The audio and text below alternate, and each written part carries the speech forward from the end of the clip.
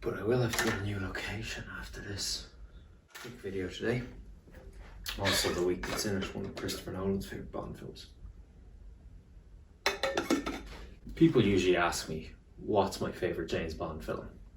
And I respond with 5 different movies. But there's always one on the list that confuses them. What is it?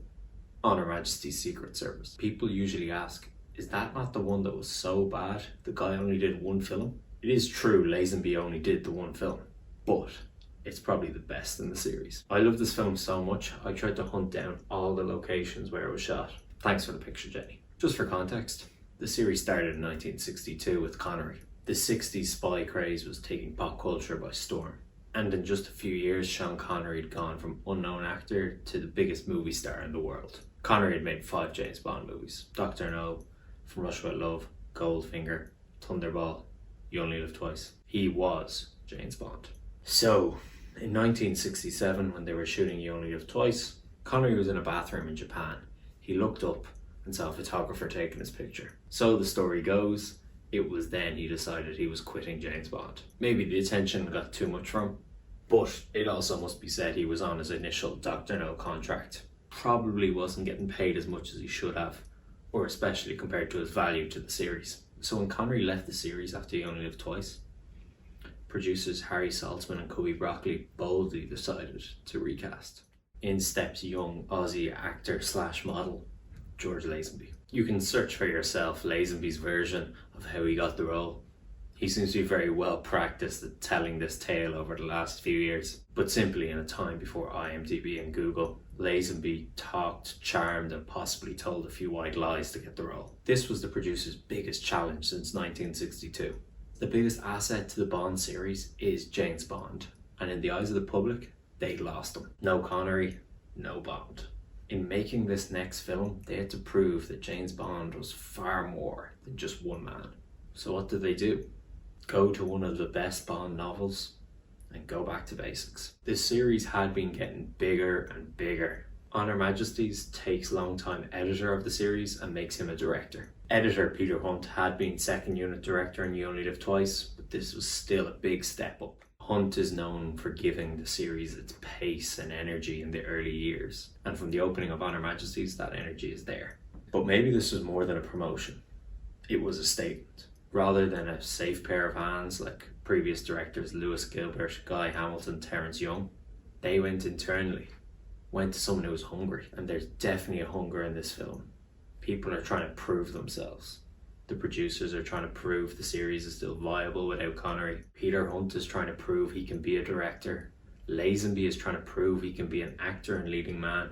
And what was made is something brilliant. A James Bond love story. One of the best leading ladies, a great Blofeld, iconic action scenes, an Aston Martin that's underrated, a kilt, which I don't mind. It's a disguise. Great writing. Louis Armstrong's last recorded song, brilliant locations. A Bond who is more vulnerable than ever before. It's a Christmas James Bond movie. John Barry's best Bond score.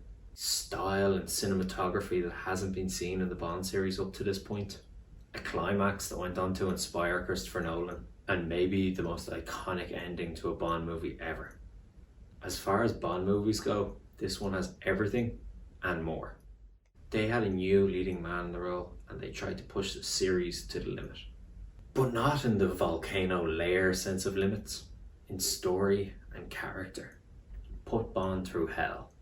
Remind everyone what the core of the Bond character is. And maybe, just maybe, after it all, people will forget Connery and embrace this new leading man. So, did it work? No, it didn't. Don't get me wrong, this film made a lot of money, but it just didn't make Connery money. This is something about the history of the series that still baffles me. I think this is one of the best films in the series, but the audiences in 1969 couldn't get past No Connery. Then times were changing and Lazenby thought he was better off leaving the series, which led to Connery coming back one last time in Diamonds Are Forever. So that was it for Majestys. It was tossed aside and forgotten as part of the Bond canon for a very long time. So should they have even bothered with Her Majestys Secret Service? Or should they have just backed up the money truck when Connery said he was initially going to leave? There's no evidence to suggest that Connery in this movie would have been better. The series had already been going in a different direction. Connery was very sick of the role by then. No, I think long term this is the right thing to do. Maybe it got people around to the idea of a recast when Live and Let Die was made in 1973. Fortunately, people are starting to recognise this film as one of the better Bonds. It's been going through its own renaissance. And I won't stop talking about this film until it's held in the same esteem as Goldfinger and Casino Royale. Compare this film side by side with Casino Royale. There are a lot of similarities. This film inspired the reboot with Craig more than any other in the series. But most importantly, film, and if we go so far to call it art, it's not just about making money. It's about taking risks to make something great. They took huge risks while making this film. It may not have been as financially successful as some of the others, but creatively it did something new. It's still exciting. It holds up today, even stands above the rest. And that's why it's in my top 5 Bond films. If you want to know what else is in my top 5, you'll have to keep watching this channel. So there you are. The reasons why I think you should watch this movie. Let me know what you think. What do you think are underrated Bond films in the series? I keep saying it, but we're going to see Tenet, and we'll have a review up of Tenet as soon as possible. Thanks for watching.